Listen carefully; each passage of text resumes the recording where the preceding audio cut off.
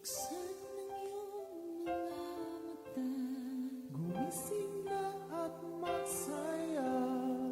Kalimutan na ang problema, tayo na't magpuri kay Jesus. Buksan ang iyong mga mata, Gumising na at magsaya, kalimutan na ang problema. tayo na't magpuri sa Kanya.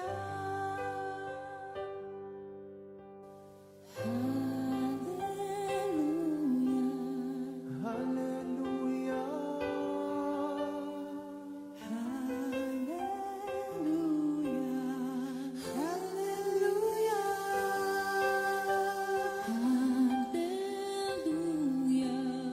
Hallelujah.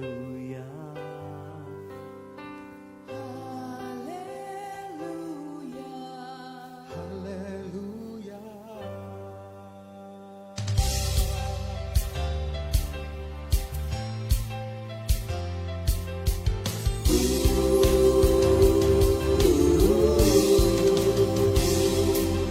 Buksan ang iyong mga mata, gumising na at magsaya. Kalimutan na ang problema, tayo na't magpuri kay Jesus. Buksan ang iyong mga mata, gumising na at magsaya. Kalimutan na ang problema, tayo na't magpuri sa Kanya. Hallelujah, hallelujah, hallelujah, hallelujah, hallelujah, hallelujah, hallelujah, hallelujah. Buksan ang iyong mga mata, gumising na at magsaya. Kalimutan na ang problema, tayo na't magpuri kay Jesus. Buksan ang iyong mga mata, gumising na at magsaya. Kalimutan na ang problema, tayo na't magpuri sa Kanya. Hallelujah, hallelujah, hallelujah, hallelujah, hallelujah,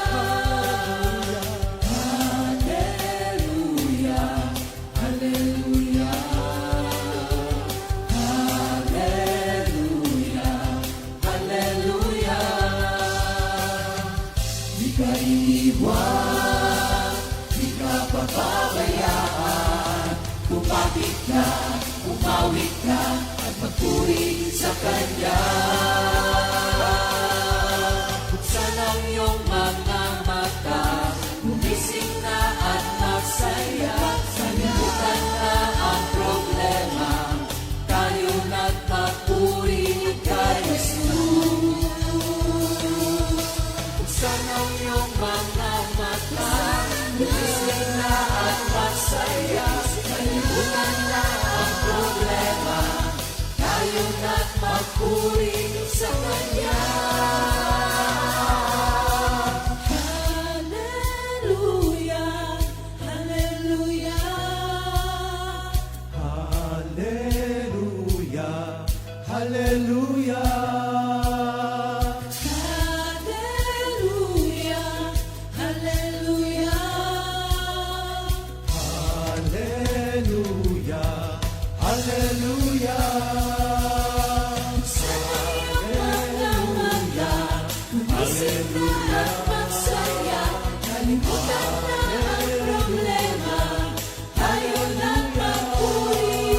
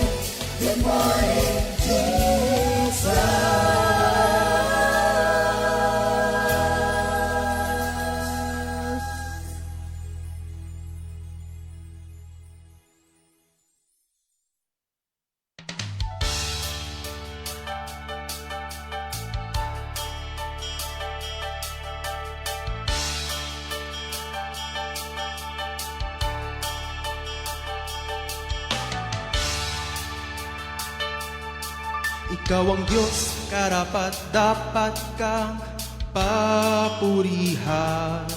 Ikaw ang Diyos, karapat dapat kang pasalamatan.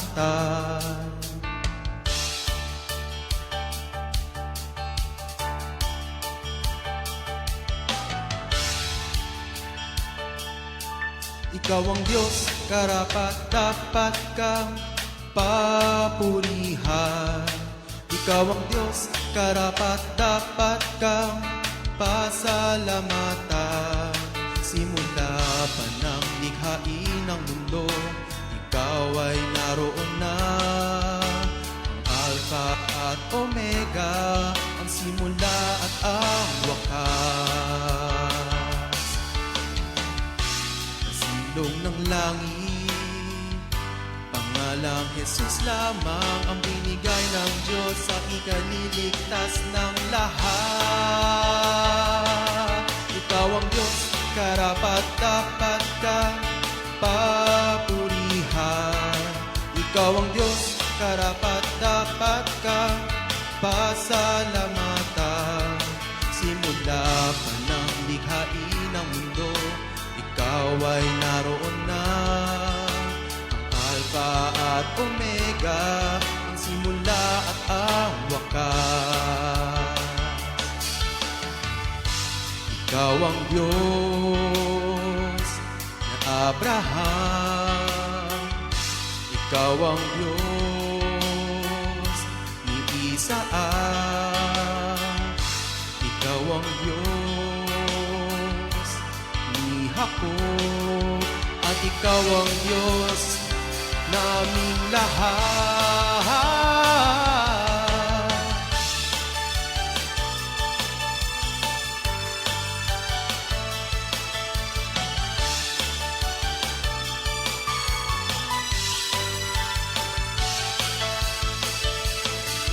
Ikaw ang Diyos, karapat dapat kang papurihan. Ikaw ang Diyos, karapat dapat kang pasalamatan. Simula pa ng likhain ng mundo, ikaw ay naroon na.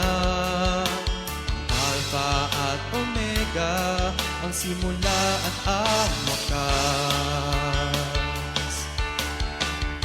Sa silong ng langit, pangalang Jesus lamang ang binigay ng Diyos sa ikaliligtas ng lahat. Ikaw ang Diyos, karapat dapat kang papurihan. Ikaw ang Diyos, karapat dapat kang pasalamatan. Ikaw ang Diyos, karapat dapat kang papurihan. Ikaw ang Diyos, karapat dapat kang pasalamatan. Ikaw ang Diyos.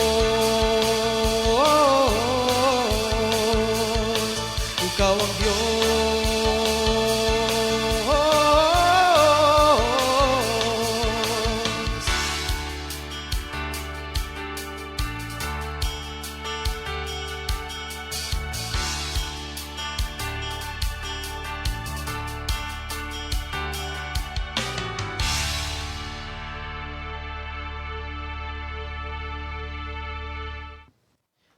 Purihin ang ating Panginoon. Magandang umaga po sa ating lahat, lalo na sa ating Panginoon. Good morning. Mga Good kapatid, morning, mga good kapatid. morning. Itong ating mga kapatiran na laging nandirito at lalo na po yung naghihintay sa atin sa online. Magandang umaga po sa ating lahat. Purihin ang banal na pangalan ng ating Panginoon. Yes, Lord. Memory Basahin verse. muna natin yung ating memory verse of the week. 1 John 5:14. Now this is the confidence that we have in Him, that if we ask anything according to His will, He He hears hears us. us. Thank you, Lord. Salamat. Sa Tagalog, ito yung Sa Tagalog, Tagalog, version. may lakas, loob tayong lumapit sa Kanya dahil alam nating ibibigay niya ang anumang hingin natin kung ito'y naaayon sa Kanyang kalooban. So yan ay nangangahulugan na wag po tayong mahiya mga kapatid na lumapit sa ating Panginoon. At tayo naman ay makatatanggap hanggat ang ating mga hinihiling ay naayon sa kalooban ng ating Panginoon. Kung minsan nga hindi pa nga natin pinagdarasal, ibinibigay na ng ating Panginoon. Kaya tunay siyang dakila at mapagmahal. Tayo muna ay manalangin bago. Mananalangin muna tayo mga kapatid. Dito sa awit 145:18, sinasabi dito na ang Panginoon ay malapit sa mga tumatawag sa Kanya. Kaya nga ngayon pa lang, tumatawag kami, Lord, sa iyo na may pananampalataya sapagkat alam namin natutugod ka sa aming panawagan gaya ng sinabi mo sa 1 John 5:14. Kaya sa umagang ito, Lord, pagpalain mo po kami, ang bawat isa, na muli aming maririnig ang iyong boses, ang iyong pagtawag sa amin, ang iyong pagbibigay ng wisdom, knowledge, and understanding sa bawat isa. Kaya ngayon pa lang, Lord, nagpapasalamat kami sa tulong ng Banal na Espiritu na muling kikilos sa aming kalagitnaan. Thank you, Lord, for your presence in our midst. In Jesus' name we pray. Amen. Purihin ang ating Panginoon sa pagpapatuloy po ng ating pag-aaral tungkol sa sanctification. Tatalakayin naman natin yung obedience in relation to sanctification. May relationship ba ito? May kaugnayan ba ito? Ito po yung tatalakayin natin ngayong umaga. Obedience in relation to sanctification. Okay. Ang ating pong scriptures, dalawa munang babasahin ko dito sa Philippians 2:12 to 13. Sa English, mga kapatid, so then, dear friends, as you always obeyed me when I was with you, it is even more important that you obey me now while I am away from you. Keep on working with fear and trembling to complete your salvation, because God is always at work in you to make you willing and able to obey His own purpose. Sa 1 Peter 1, verse 2, sa Tagalog, kayo'y pinili ng Diyos Ama ayon sa Kanyang layunin, sa mula't mula pa at pinabanal ng Espiritu Santo upang maging masunurin kay Heso Kristo at nilinis sa pamamagitan ng Kanyang dugo. Merong importanteng verses po dito mga kapatid. Sa mula't mula pa, no, pinabanal tayo ng banal na Espiritu upang maging masunurin sa ating Panginoon sa lahat ng kanyang mga alituntunin. Ito po ay mahalaga mga kapatid. Now, how is obedience related to sanctification? Yes, obedience to the law of God is sanctification, mga kapatid. Yes. Sanctification is not instantaneous, meaning na experience, but it is a progressive work as obedience is continuous, mga kapatid. Patuloy tayong susunod sa kagustuhan ng ating Panginoon at ang hindi ating sariling pananaw. Sanctification is to be emptied out of anything that impairs against being a useful vessel for God's glory. May mga, of course, mga interference na tinatawag na humahad lang sa ating pagkilos, pagsunod sa ating Panginoon. Subalit sinasabi dito nga sa verse 13, ang binasa natin sa Philippians 2, God is always at work in you to make you willing and able to obey His own purpose. Sa pamagitan ng kapangyarihan ng Banal na Espiritu, of course, tayo ay nakapagsusumikap na lumago sa kabanalan upang mas malinaw nating maaninag sa Heso Kristo sa pamagitan ng kanyang mga banal na salita na ating pinag-aaralan. Ginagawa natin ito bilang pagtugon at pag-asam sa araw na kung kailan babalik si Kristo at kumpletuhin ang proseso ng sanctification o pagpapabanal at gawin tayo na katulad ni Kristo. We become reflection of Christ. Ibig sabihin, habang tayo nandito, tinutulungan tayo ng ating Panginoon sa tulong ng Banal na Espiritu na maging banal tayo, makaiwas tayo sa kasalanan. Tanong ko mga kapatid, why should we be obedient? Bakit ba kailangan tayo maging masunurin? Oo. And of course, dahil tinatalakay natin ang salitang obedience, the answer is obvious. when you think about it, it is the best way to live the Christian life. Obedience is the best way to live the Christian life. Do it the Jesus way. Tignan natin, consider the cost and what Jesus did on the cross. Isaalang-alang ang halaga ng ginawa ng ating Panginoong Heso Kristo, ang kanyang ibinigay at binayaran para magkaroon tayo ng kaligtasan, mga kapatid. At magtamo ng buhay na walang hanggan na ito ang inaasahan natin. Ito ang ating magiging inheritance, mga kapatid. Kaya nga, ang kapanganakan ni Heso Kristo ay kanyang kamatayan. Para sa kanyang kamatayan. Para sa kanyang kamatayan. At ang kanyang kamatayan ay ating kapanganakan. ay para sa ating kapanganakan. Oo. Naging born again tayo. No? Yes. Kaya nga mga kapatid, ang Diyos ay concerned sa ating spiritual na paglago.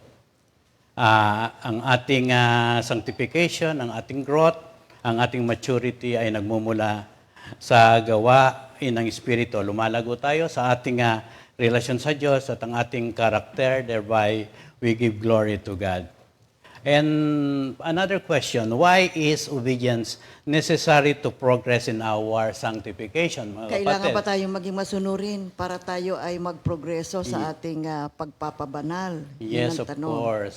Mahalaga It is to. for our own sake. Inuulit ko ulit yung verse 13, napakahalaga pala nito.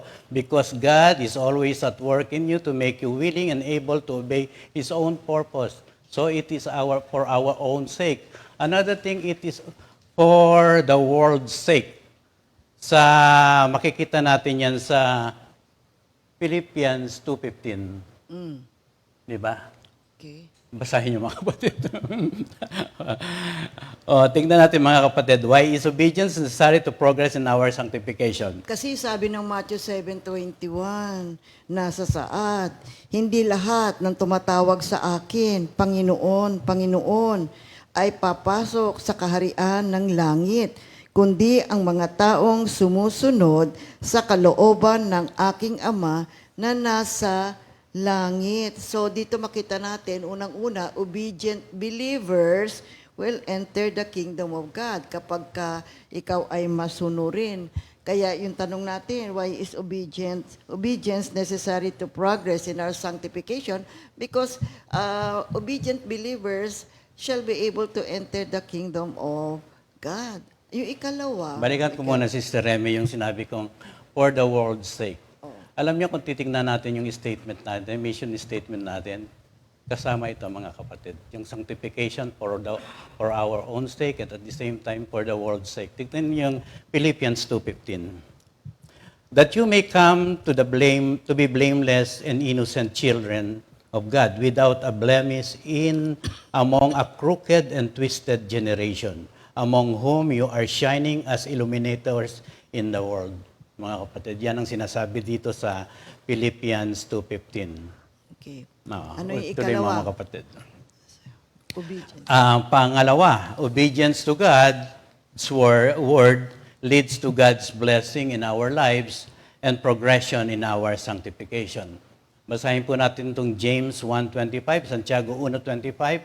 Ang taong nagsasaliksik at nagpapatuloy sa pagsunod sa kautosang ganap na nagpapalaya sa tao ang pagpapalain ng Diyos sa lahat ng kanyang gawain.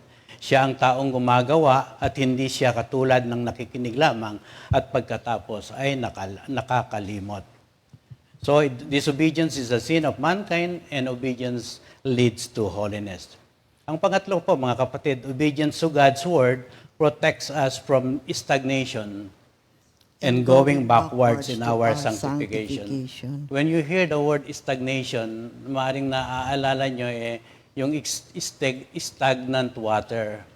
Pag tumigil na yan at hindi na dumaloy, ano ang maaamoy nyo? Babaho ang paligid, di ba? At Nakakontaminate yung water. Oo, Contaminated Oo. siya. Mm-mm. Kasi hindi pwedeng maging stagnant, mga kapatid. Kasi obedience is a progressive work. At yung sanctification natin, patuloy naman ho yan. Progressive work din po yan. That's why we need to obey God all the time. At sinasabi sa atin sa James 1:22-24, we have to be doers of the word, not hearers only, Oo. or else we are deceiving ourselves. Yung stagnant in spirit, meron dito sa Zephaniah 1, verse 12. Sa panahong iyon ay gagamit ako ng ilawan upang halughugin ang Jerusalem.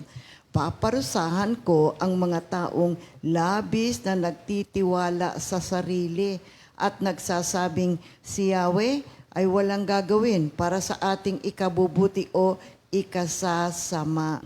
So dito makikita natin, no, sinasabi ng ating Panginoon.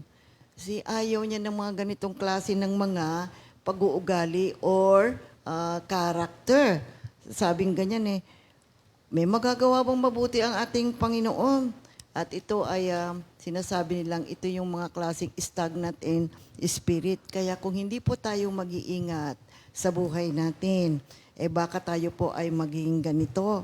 At meron silang ginamit na isang word para dito sa stagnant in spirit. Alam niyo kung ano? Complacency. Kampante ka na. Hindi na nagsusumikap na lumago sa ating Panginoon. Kung ano yung meron sa Kanya, maganda na yung kalalagayan niya, okay na siya. Hindi na nagiging alert sa pagkilos ng ating Panginoon sa ating buhay. Alam nyo, this is a serious condition, mga kapatid. Maaring sabihin din natin, walang pag-unlad. Kung sa tubig, stagnant walang na nga, hindi na gumagalaw. Oo, at kung kumbaga sa tubig, walang pag-agos. Oo. Hanggang sa matuyo doon sa lugar na kanyang kinalalagyan. Binigyan nga ng iba ng meaning ito na kukunti na lang yung pag-iisip mo tungkol sa Diyos. Ika nga, konti na lang. Kasi tayong mga Kristiyano, kailangan andun pa lang yung pagsusumikap natin na maging malapit sa Diyos, nag-aaral tayo ng salita ng Diyos. Continuous progressive work nga ito At nasasaad dito sa Revelation 3:16-17. Ngunit, dahil ikaw ay maligamgam, hindi mainit, ni malamig, isusuka kita. Sinasabi mong ikaw ay mayaman, sagana sa lahat ng bagay at wala ka nang kailangan pa. So dito sinasabi sa atin mga kapatid, no? Kailangan po tayong mag-ingat. Doon po palagi ang dapat yung pagsusumikap natin, magsaliksik tayo. Kaya nga yung study of the Word of God, continuous ito sa ating buhay. So ano naman ngayon what's the proper way to progress in our sanctification? Ano ba yung tamang pamamaraan? Kaya nga sinabi ni San Pablo sa Philippians 2:12, ang Diyos ay gumagawa sa atin upang naisin at gawin ang kanyang mabuting kaluguran.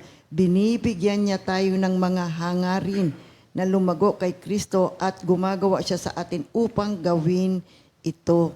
So nandito yung pagkilos ng ating Panginoon. So bakit ba gumikilos ang Diyos? Bakit niya ginagawa ang lahat ng bagay upang tayo ay ma-sanctify? Kaya kailangan po yung paulit-ulit natin sinasabi, we need to cooperate with God sa proseso ng ating sanctification. Binibigyan niya tayo ng lahat ng ating pangangailangan spiritually upang tayo po ay lumago. Sinabi nga ni San Pablo dito sa 1 Corinthians 15:9-10, sapagkat ako ang pinakahamak sa mga apostol, ni hindi nga ako karapat-dapat tawaging isang apostol, sapagkat inusig ko ang iglesia ng Diyos. Ngunit dahil sa kagandahang loob niya, ako'y naging isang apostol, hindi naman nawalan ng kabuluhan ang kaloob niyang ito sa akin. Katunayan, nagpagal ako ng higit kaysa kanino man.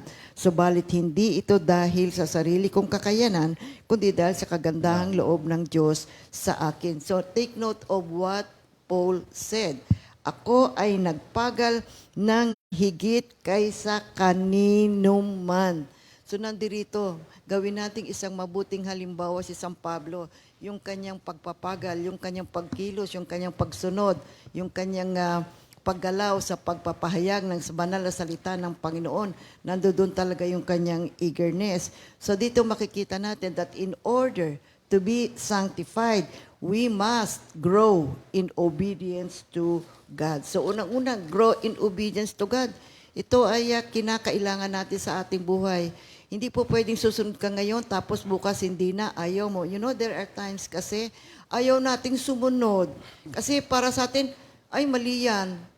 Para sa atin, yung sarili nating kaisipan, may sarili tayong opinion, may sarili tayong pananaw. Ngunit mabuti na tunghayan natin ang salita ng Diyos at sundin natin ang mga panuntunan ng ating Panginoon. Take note, my dear people of God, kailan nagkamali ang Diyos nang siya ay mag-utos sa atin?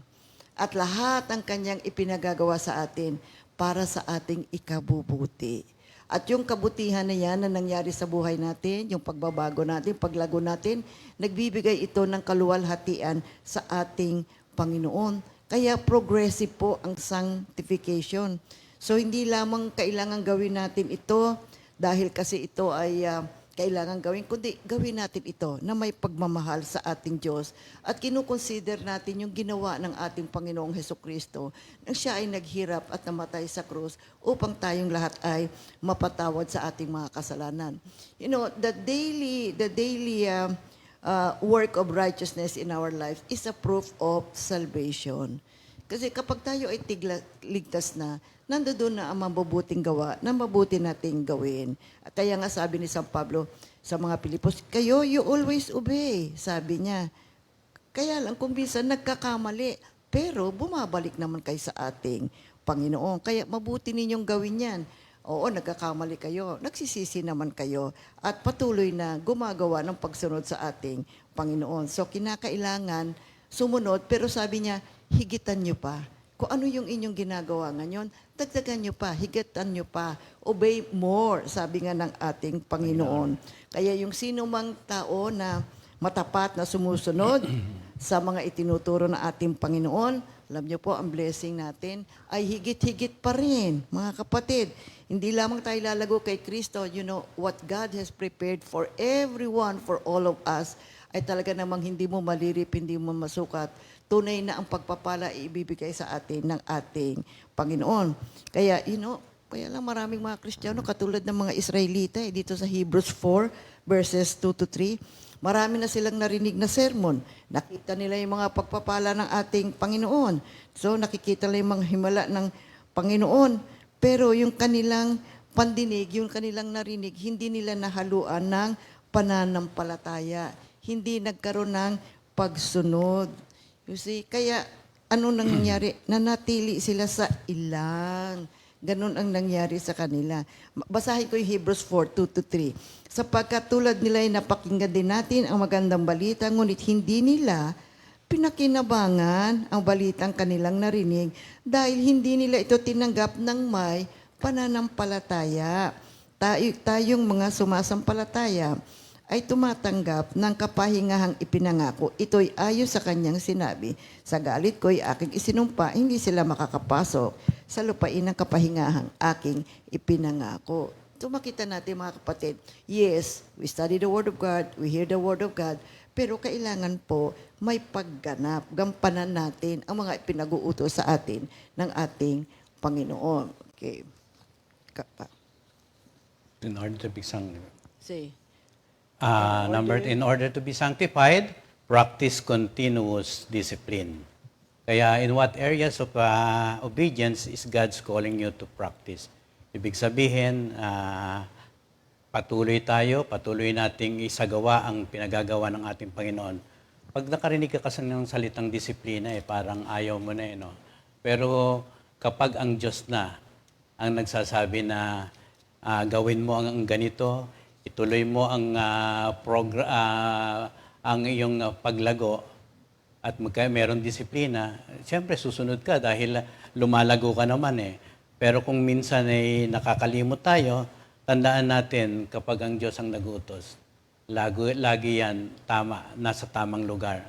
What is good enough for Jesus is also good enough for me.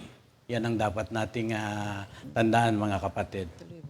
So, kailangan natin magkaroon, kung mag-exercise tayo ng ating katawan, isama na natin yung pag-exercise ng salitang discipline. Kasama yan sa ating buhay. Kapag ikaw ay nag-exercise physically, may disiplina ka sa katawan. Sinasabi nga natin, meron tinatawag na therapy, no? Therapy of prayer. Kung ang ating katawang lupa, physical, merong therapy para tayo masahihin, ulo, paa hanggang sa baba. Meron din tinatawag na therapy para sa ating soul, spirit, and will. So, ang therapy niyan ay ang salita ng Diyos. Madisiplin tayo sa pamagitan ng salita ng Diyos at patuloy natin magagawa ang kanyang sinasabi. Dito nga sa 1 Timothy 4:17, patuloy itong gawin Nakikita natin dito sa itinuro sa buong kasulatan. Sinabi ni Pablo kay Timothy, disiplinahin mo ang iyong sarili sa kabanalan. Mm-mm. Kaya dito nga, maski si Hesus Kristo, dito sa Marcos 1:35, maaga pa, habang madilim pa, bumangon si Jesus, umalis ng bahay at pumunta sa isang lugar na nag-iisa kung saan siya ay nananalangin. So, tayo rin mga kapatid, one of the things na sinasabi upang madisiplina natin ang ating espiritu, kaluluwa, una, manalangin muna tayo sa Diyos upang pagpalain tayo to keep us working out our salvation to completion, mga kapatid. Continuous discipline. Ang discipline ni Lord Jesus, ang aga niyang gumising. Pagkatapos, mananalangin siya. Ay, napakaganda niyan, mga kapatid. At sa totoo lang, karamihan sa atin, ginigising talaga ni Lord ng 3 o'clock. Ng umaga. So, ang aga naman. Because God is calling us into prayer. Bakit ba kailangan tayo magdisiplina? Oo, ano ba ang Why disiplina? do we need to discipline? ano ba yung discipline? Discipline is an ongoing process. Hindi po ito mabilisang pag-aayos. Bata pa lang sinasabi na dinidisiplina na tayo ng ating magulang, no? Oo nga. Baby pa lang.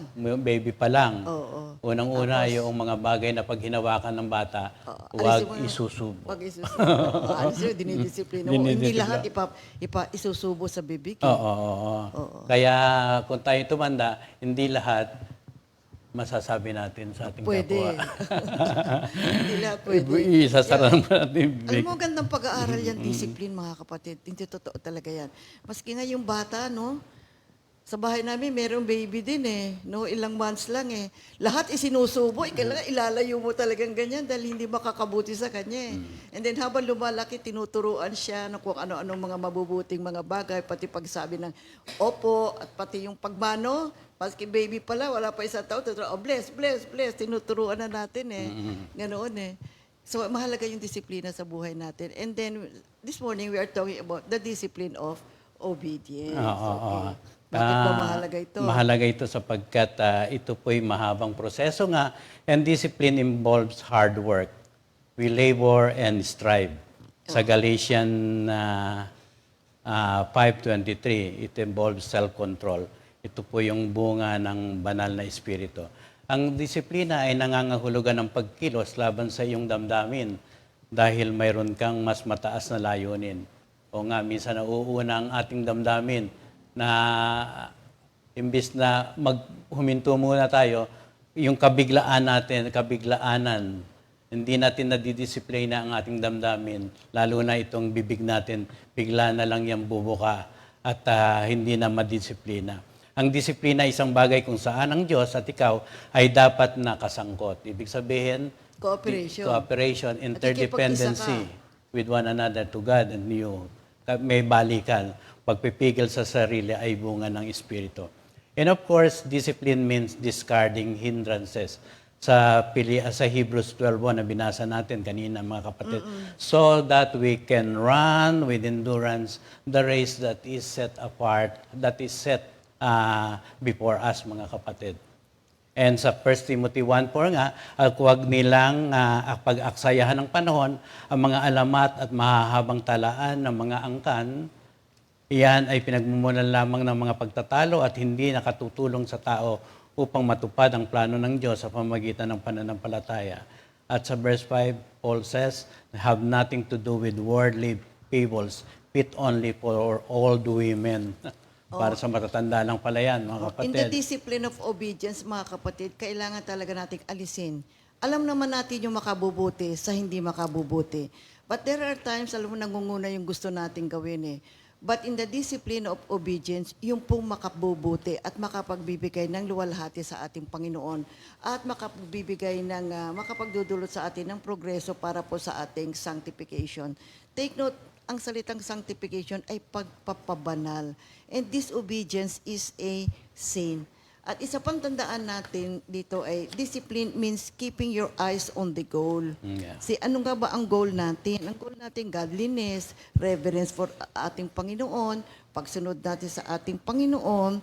So, a person who grows in conformity to God and His character, kailangan araw-araw po ang ating pananaw ay nakatuon tayo sa ating Panginoong Hesus Kristo.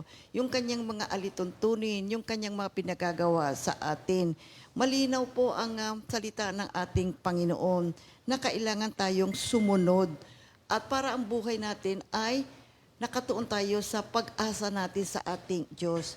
And disciplines means managing your time with your goals.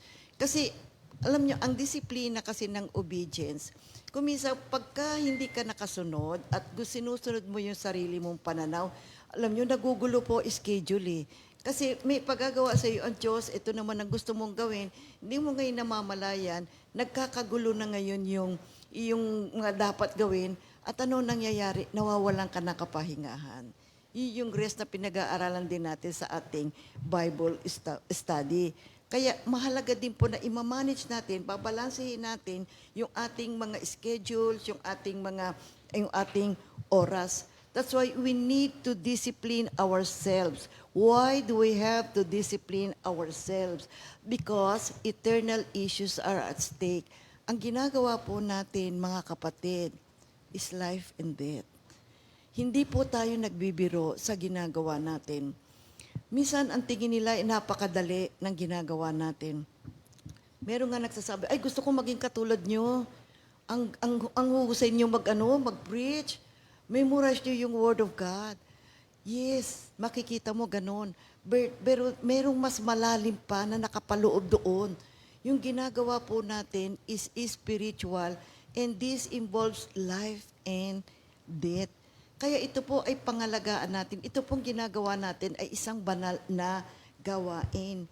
Salvation, eternal life, nakaugnay po yan lahat dito sa ating ginagawa. And then secondly, we have a living God.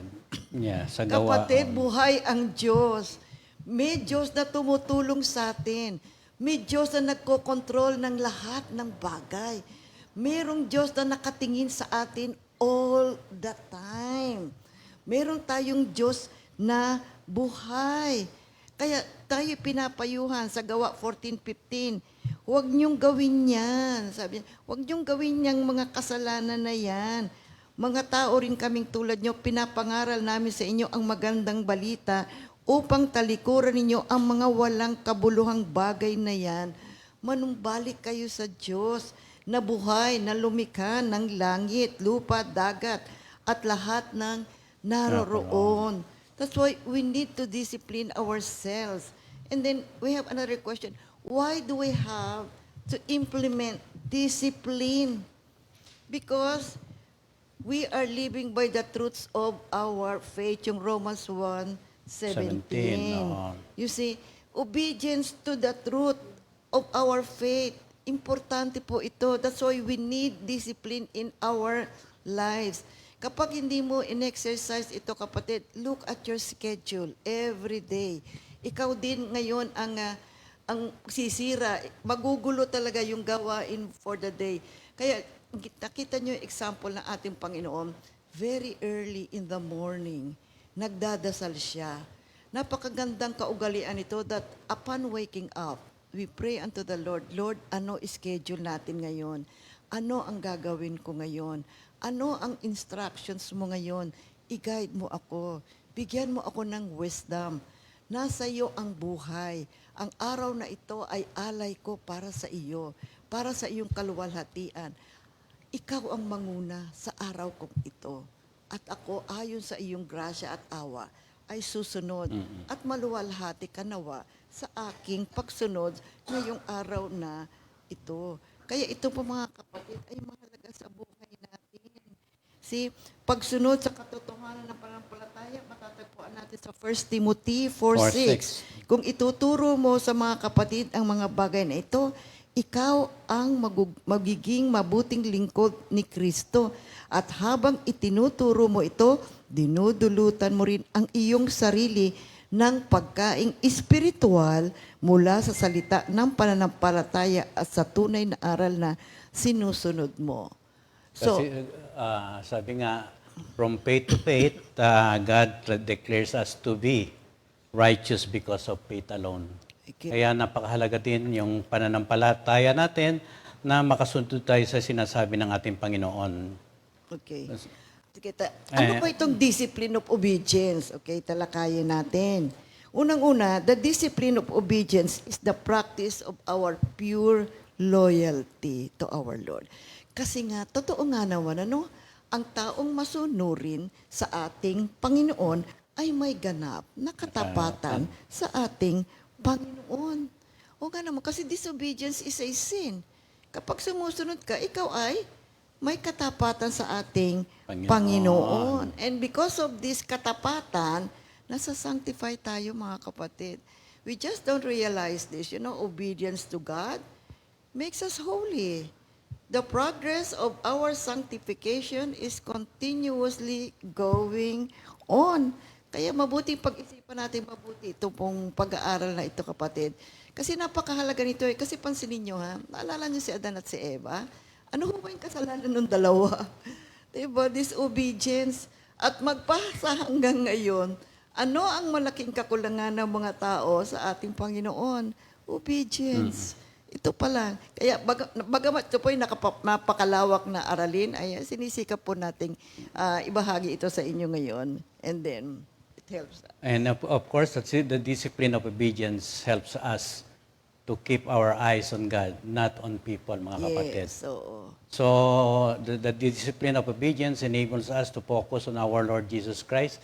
Dito sa binasa natin sa Hebrews 12:2, ituon natin ang ating paningin kay Kristo. Sa Kanya nakasalalay ang ating pananampalataya mula simula hanggang katapusan. Dahil sa kagalakang naghihintay sa Kanya, hindi niya inalintana ang kahihiyan ng pagkamatay sa krus. At siya ay ngayon nakaupo sa kanan ng trono ng Diyos. So, ang disiplina ng pagsunod ay ito po'y nagbibigay daan sa atin upang tumuon tayo sa ating Panginoong Hesukristo. Makikita natin na itong pagtulong ng ating Panginoong Hesukristo ay isang bagay na naka-line up na sa ating espiritu, mga kapatid. Ang motibo ng pagsunod, pagtsatsaga, at ng kanyang mga alintuntunin ay magbibigay sa atin ng buhay na, kumbaga, from the inside out, mula sa kalooban natin, lalabas at lalabas yan. Makikita ng tao na disiplinado tayong tao at makikita niya na nasusunod natin ang mga salita ng Diyos. At ang paglapit natin kay Kristo ay isang bagay na napakahalaga para sa ating Panginoon. Sinabi nga natin na ang paglapit sa Kanya ay isang malaking bagay na ang Diyos ay tutulong at tutulong kapag tayo tumawag sa Kanya. Kapag lumapit tayo sa ating Panginoong Hesukristo, mga kapatid, focus tayo sa ating Panginoon. Matututunan po natin yung mga tamang bagay na dapat nating gawin at dapat nating isipin. Kaya our Lord Jesus Christ is making an invitation. Matthew 11:28-29. Lumapit kayo sa akin. Kayong lahat na nahihirapan at lubhang nabibigatan sa inyong pasanin. At kayo'y bibigyan ko ng kapahingahan. Pasanin niyo yung aking pamatok. At matututo kayo sa akin sapagkat ako'y maamo at may mababang loob. Makatatagpo kayo sa akin ng kapahingahan sapagkat madaling dalhin ang aking pamatok at magaang ang pasaning ibibigay ko sa inyo. Maraming mga tao, takot lumapit sa ating Panginoon. Minsan nga, meron kaming kausap Sabing ganyan, ay, sir, buti pa kayo. Sabing ganyan, maganda ang inyong kabuhayan. Sagot naman ni Pastor, ay, lagi ako nagpipray. Lagi kami nagpipray kay Lord at humihiling kami sa Kanya. Ay, naku, nakakahiya ho magdasal. Ha? Walang nakakahiyang magdasal sa ating Panginoon. Walang nakakahiyang tumuon sa ating Panginoon. Ay, hindi ho, nakakahiya ho. Imagine ganun ang sagot sa amin. Sabi na, no. God wants you to come to Him. Aba, meron palang mga ganung klase ng mga pananaw ang mga ibang tao, no? Okay. Kasi para sa kanya, pag nakagawa siya ng bagay na binabayaran, sapat na yun para sa kanya. No? Hindi niya kailangan tumawag pa o lumapit sa Diyos. Ayun Kasi nga yung katawang lupa niya, kayang gawin ito, babayaran ako sa aking paggawa. Okay, May mga kontento na ganon. siya. Kontento na siya Ang tawag doon, complacency. Hindi, walang Kontento na siya. pagtitiwala sa... Ayaw magsumikap na saliksikin ang ating Panginoon, di ba? Kaya kailangan talaga mga kapatid, saliksikin natin, Panginoon, focus tayo sa akin. After all, yung kanyang ginawa sa krus ay napakalaking bagay mga kapatid. Nagkaroon tayo ng bagong buhay dahil sa kamatayan ng ating Panginoong Hesus Kristo. Okay. Again, what is this discipline of obedience? Okay. Having perfect confidence in Christ. So, Lubos sa we pagtitiwala. daily present ourselves to God as our Lord, no? So, inilalagay natin ang ating pananampalataya into practice, mga kapatid. Pagtitiwala araw-araw, oras-oras, upang hindi natin makalimutan na tayo'y nakatuon ang Diyos sa atin upang gawin ang nararapat sa ating espiritu, kaluluwa. Maingat nating hinahanap po ano hiniling sa atin ng Diyos. Kaya nga sa paggising natin, bago tayo pumunta rito, inaalam natin ang kagustuhan ng Diyos. Lord, ano marinig ko ngayon sa umagang ito? Ano ang halimbawang marinig ko sa kapwa ko manggagawa na ibibigay mo ngayong umagang ito? Of course, kami mga tumatayo dito, lahat ng mga umupo rito, sabihin nyo, pagpalain nyo po ang aking kapatid, mga kapatid na magsasalita ngayon, at maging halimbawa sila sa lahat ng makikinig. So, kailangan din ng prayer nyo, mga kapatid, sa mga umuupo dito. Hindi lamang na upo kayo dyan, makikinig. Mandi, i-practice natin yung pananampalataya na ibinigay sa atin ng ating gano'n. So, palitan lang tayo ng kumbaga, kagandahang loob ng ating Diyos para sa atin. You know, the discipline of obedience, ibig sabihin, nagtitiwala ka sa Diyos na siyang nag-uutos sa iyo. Kasi kapag hindi ka naman believe sa nag-uutos sa iyo, hindi mo naman susundin eh. That's why, discipline of obedience ay pagpapakita po ng ating lubos sa pagtitiwala sa ating Panginoon. At so, siyempre, ginagamit ng banal na Espiritu para sa pagkilos. Para sa pagkilos natin. At pagsunod natin, mga kapatid. Hindi naman natin masusunod yan on our own. Kaya hinihiling lagi natin ang banal na Espiritu na kapartner natin lagi sa pagtataguyod ng ating espiritong buhay. Amen. Spiritual na buhay, mga kapatid. Bago tayo magpatuloy, narito ang ating mga kapatiran na nagbe-birthday ngayong araw na ito.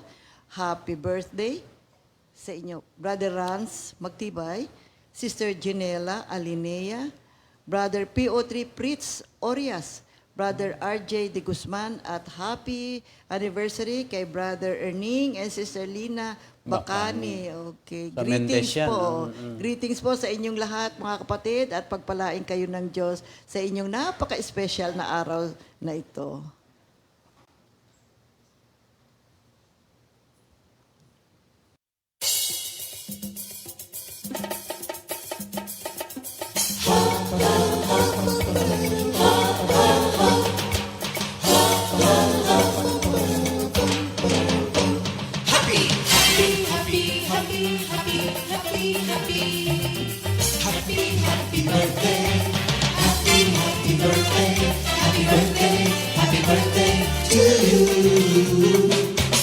Happy anniversary, happy anniversary, happy, happy, happy anniversary.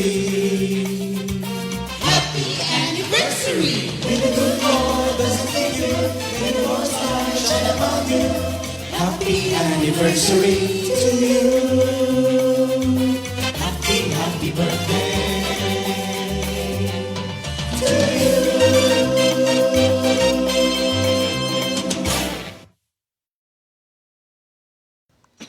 Kaapat. Purihin ang ating Panginoon. Meron tayong Repeat Song of the Week, Perfecter of Our Faith, composed by Brother Darwin Datu, arranged by Brother Daniel Cosme, and interpreted by Brother Daniel Cosme.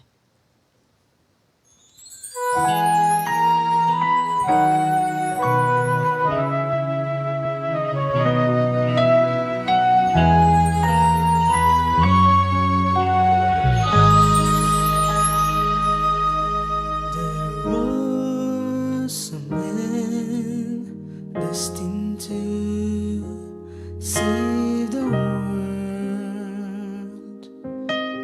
dwelt with us sinners, bound to be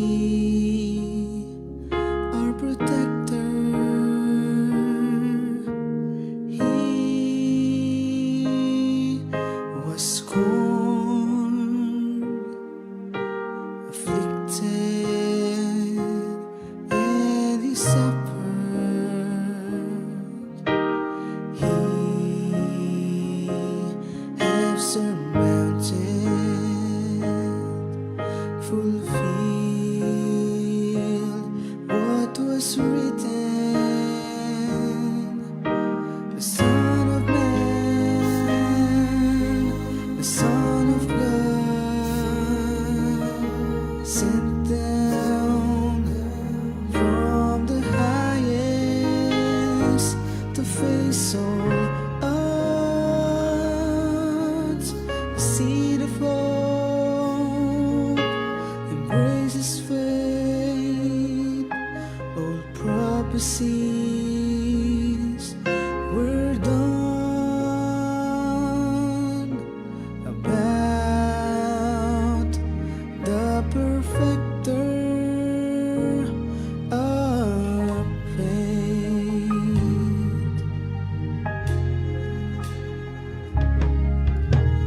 He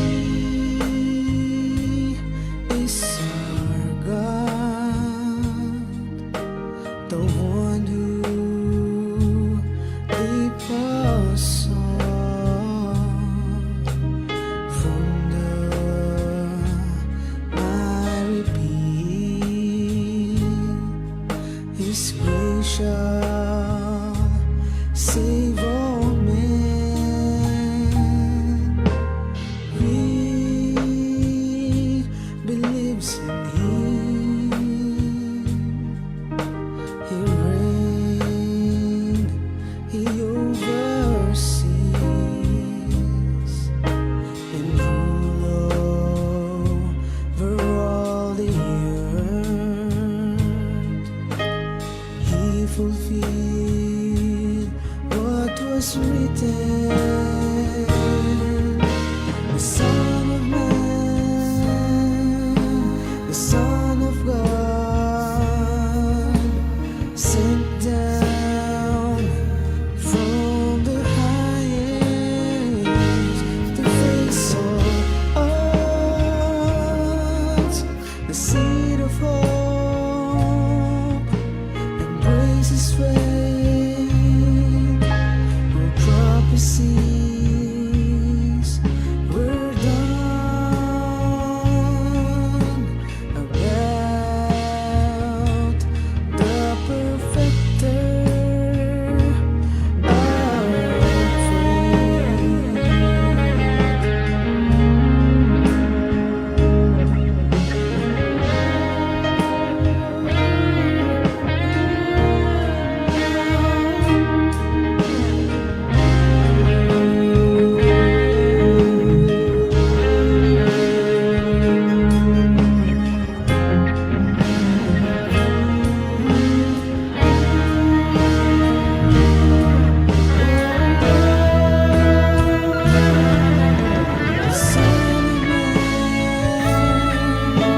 the Son of God,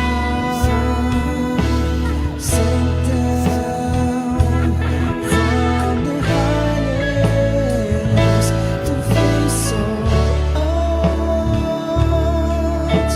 The seed of hope embraces faith. Prophecies were done about the perfecter of faith.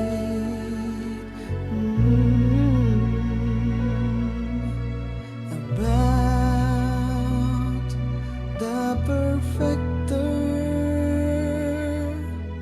of faith.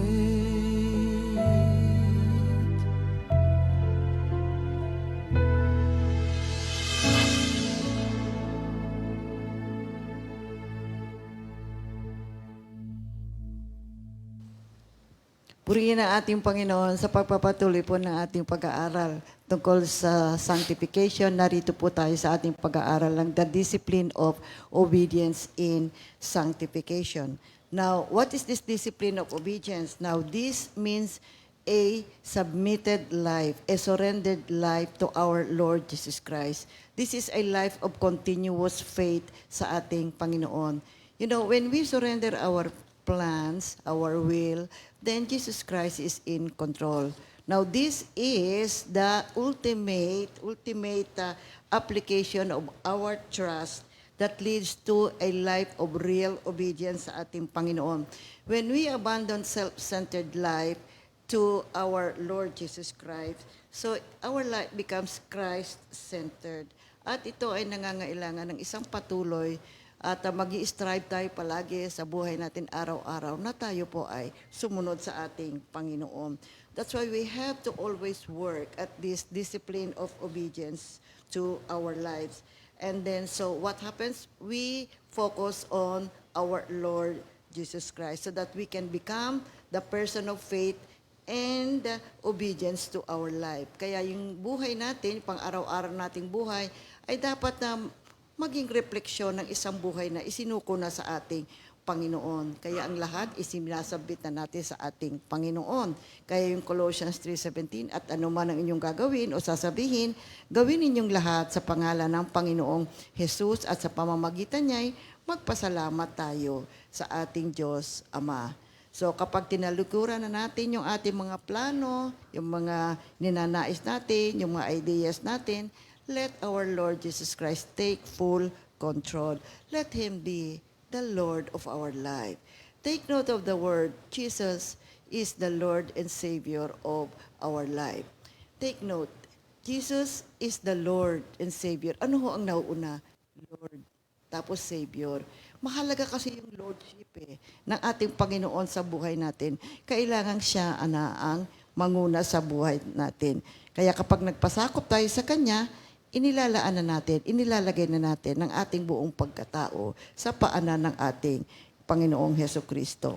At kapag sumuko tayo, ibinibigay niya sa atin ang lahat ng ating mga pangangailangan. So what will you gain? Ika nga sabi, kung nasa iyo naman lahat ng bagay sa mundo at wala naman si Kristo sa iyo. Kaya mabuting ito po ay ating pag-aralan at ating gawin sa buhay natin. Isuko na natin yung buhay natin sa ating Panginoon.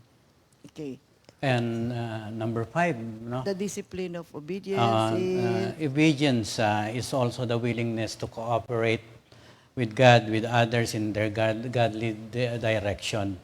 Ito po ay working together as a community to further the kingdom, shining with the glory of God, our Lord Jesus Christ together. Ano po ang sinasabi dito mga kapatid? When we are willing to cooperate with God and to others and with others in their godly direction, minsan tayo mga kapatid na uutusan, pero kung may dinaramdam tayo at medyo hindi tayo available, are you willing to replace that person na magawa yung gawain na nakaatang sa kanya?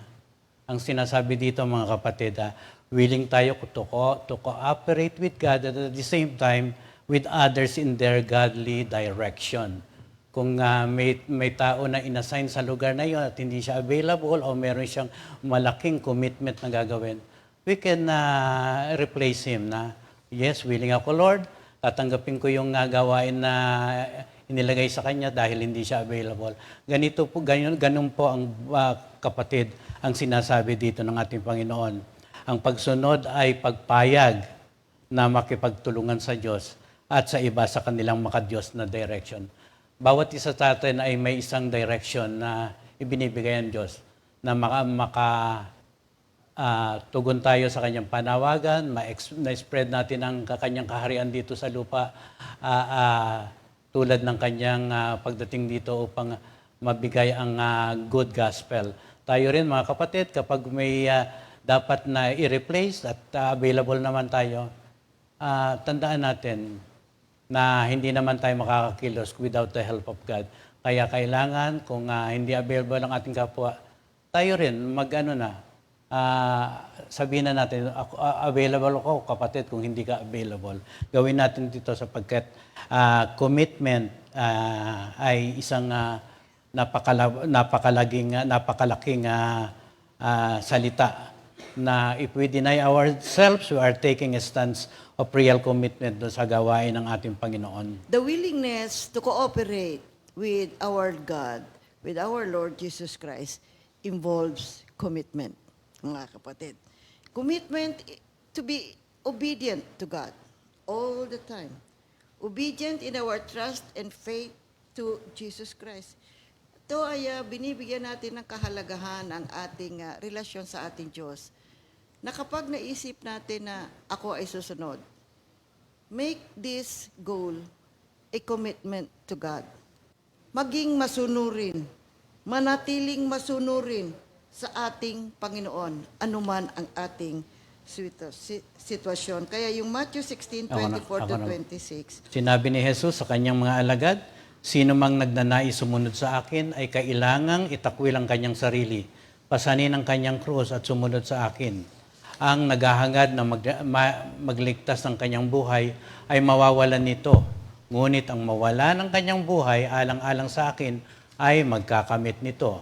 Sapagkat ano ba ang mapapala ng isang tao, makamtan man niya ang buong daigdig, ngunit mapapahamak naman ang kanyang sarili.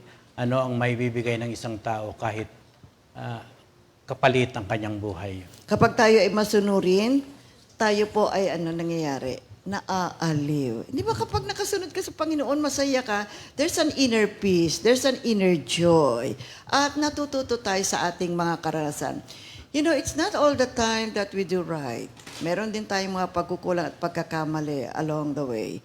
But if we obey God and follow His directions, we learn from our mistakes. Natututo tayo at ito ay mahalaga para sa buhay natin, mga kapatid. Yung ating mga kakulangan, yung ating mga mistakes, there's always a lesson to learn. Kaya binibigyan tayo ng kapangyarihan ng Banal na Spirit na ma-realize natin sa pamamagitan ng ating pagsunod, yung ating mga pagkukulang. We are enabled by the Holy Spirit to cooperate with our faith and stick to God no matter what is the situation. Okay, ika-6. The discipline of obedience frees us from sin and keeps us from the best plans of our God. Oo nga naman, mga kapatid. Disobedience is a sin. Obedience is a great character of everyone who believes in God. And even our Lord Jesus Christ is obedient to the will of God. At ang tunay na kaligayahan, mga kapatid, ay matatanggap natin sa pagsunod natin sa ating Panginoon. Not on the things that pleases us. Yes, iniisip natin kung minsan, oh, this will make me happy. You know, buying these things and having all these things will make us happy. But the true happiness lies in our relationship with God. If we are in the center of God's will, truly we shall enjoy the real inner joy that comes from the Lord. Kasi nga, di ba, ang kasalanan ni Adan at ni Eva, disobedience, kaya alisin na natin sa buhay natin yan, sa ikaisipan natin, ang ilagay natin ay yung commitment natin na palagi ang maging masunurin sa ating Panginoon. At kapag tayo ay sumunod, oh my goodness, kung alam lang natin talaga ang nakahanda para po sa lahat ng mga masunurin sa ating Panginoon. And truly, we have experienced them, but there is still much, much more that God has in store for all of us. Kaya in 1 Corinthians 2 verse 9, hindi pa nakikita ng mga mata o naririnig ng tenga, ni hindi pa sumasagi sa isip ng tao ang mga inihanda ng Diyos para sa mga umiibig sa Kanya. Kaya ito ay nagbibigay sa atin ng isang malalim at mayaman na kagalakan sa buhay natin. Na kapag tayo po ay laging sumusunod at tayo ay hindi tumatanggi sa mga panuntunan ng ating Panginoon, oh my goodness, there's so much that God has planned for each and every one of us. At ang lahat ng yan ay para po sa ating ikabubuti at sa ating ikasisiya. Okay. Now, the discipline of obedience is also what? Lining up with the presence and call of our Lord Jesus Christ. Kapag tayo ay laging sumusunod, you know what happens? We are always in the presence of God. Ay, napakabuti at napakaganda niya na. See? At kapag tayo sumusunod, kung ano man ang plano ng ating Panginoon, we're always lining up our plans, our goals in the will of God. Diba? Kaya sabi ni 1 Samuel 15:22 to 25, You know, there are times when we make our own plans and we make our own sacrifices to God, but the Lord Himself has said in 1 Samuel 15:22 to 25. Oh. Akala mo ba'y higit na magugustuhan ni Yahweh ang handog at hain kaysa ang pagsunod sa Kanya? Mas mabuti ang pagsunod kay Yahweh kaysa paghahandog. At ang pakikinig ay higit sa haing taba ng lupa. Ang pagsuway sa Kanya ay kasinsama ng pangkukulam at ang katigasan ng ulo tulad ng pagsamba sa Diyos-Diyosan. Sapagkat itinakwil mo ang salita ni Yahweh, itinakwil ka rin niya bilang hari. Okay. So dito makikita natin na kinasisihan ng Diyos ang pagsunod sa Kanya. And then the discipline of obedience shows our worship and appreciation to Christ. Ito po ay isang uri ng pagsamba at pagkilala sa ating Panginoon. And we are identifying ourselves with Christ. So obedience is not just a word. It's something that we have to perform. We have to do. You see, gampanan po natin. Kaya ay disiplina ng pagsunod. We show appreciation to Jesus. Oo. To Jesus. Oo. Lord, pag nag-utos ka, sige, gagampanan ko po, mga kapatid. Ito po ay isang pagkilala sa Kanya. Kasi nga, hindi ka na masusunod pag hindi mo naman iginagalang eh. Kaya lang, meron nga akong lesson na different types of obedience. Hindi lang ko tayo basta sumusunod. Kasi kuminsan, blind obedience na yung ginagawa ho natin eh, no? Sumusunod lang tayo for the sake of obedience.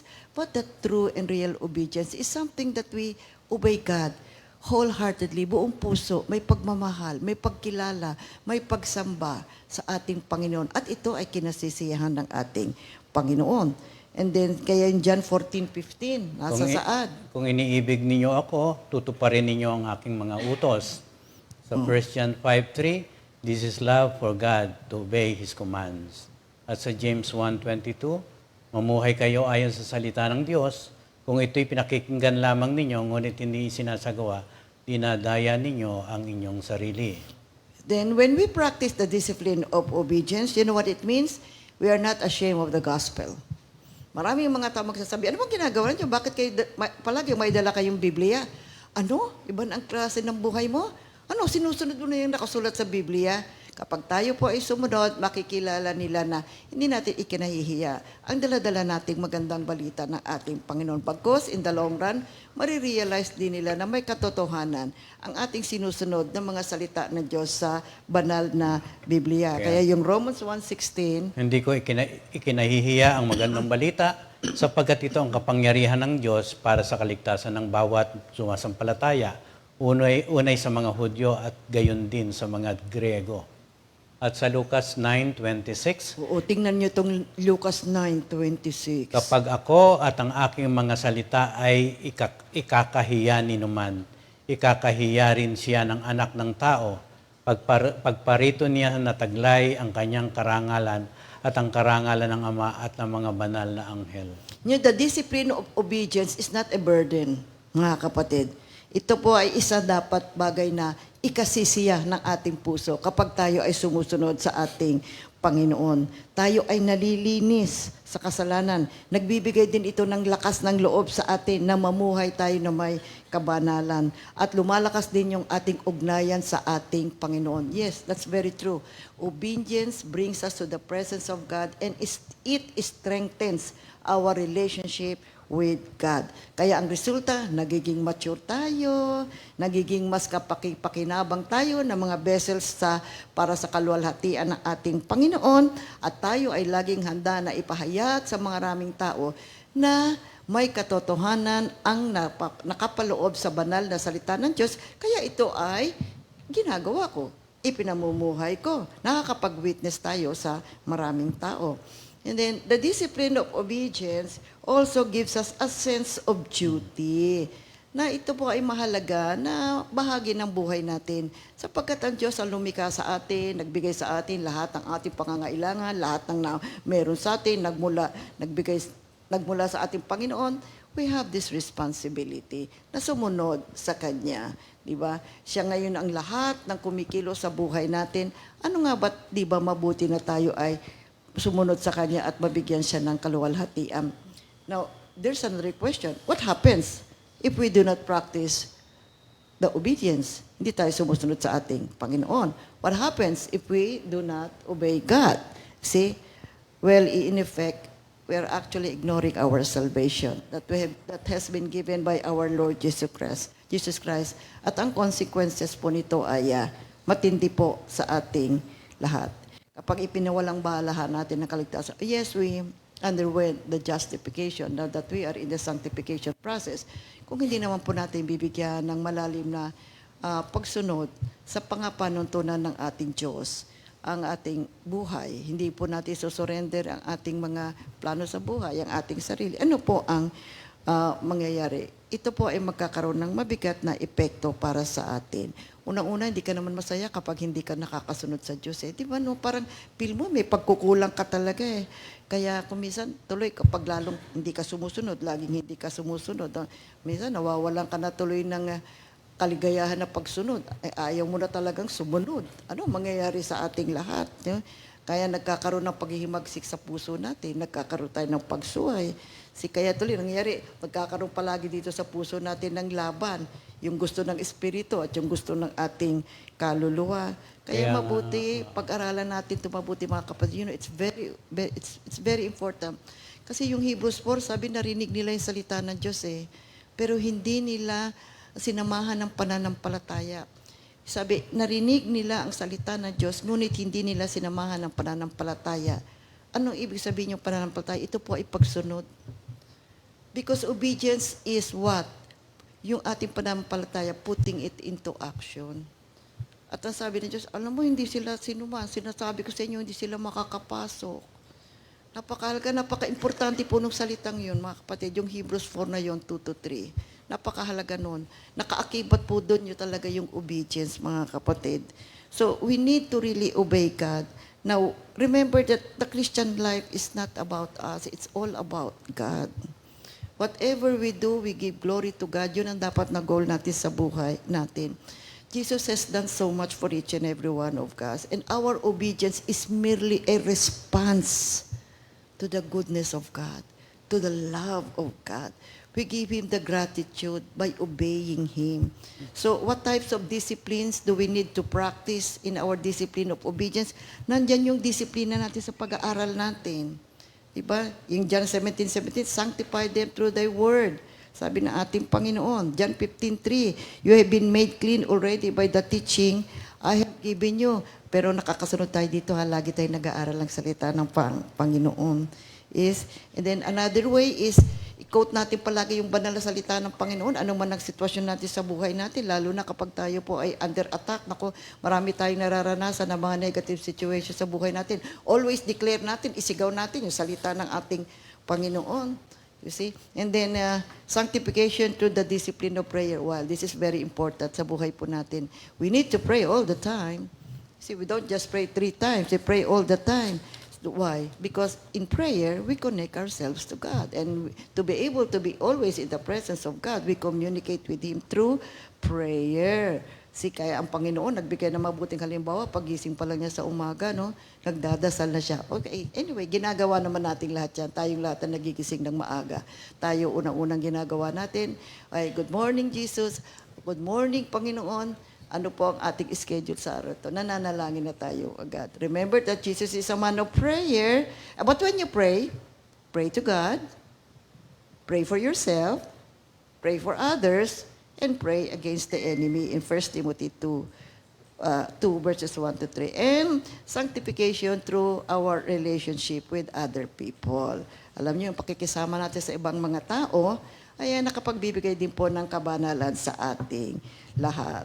Kaya tayo ay laging tumawag sa ating Panginoon. Kaya mga kapatid, you know, we have a common denominator, all believers of God. You know what it is? We are obedient.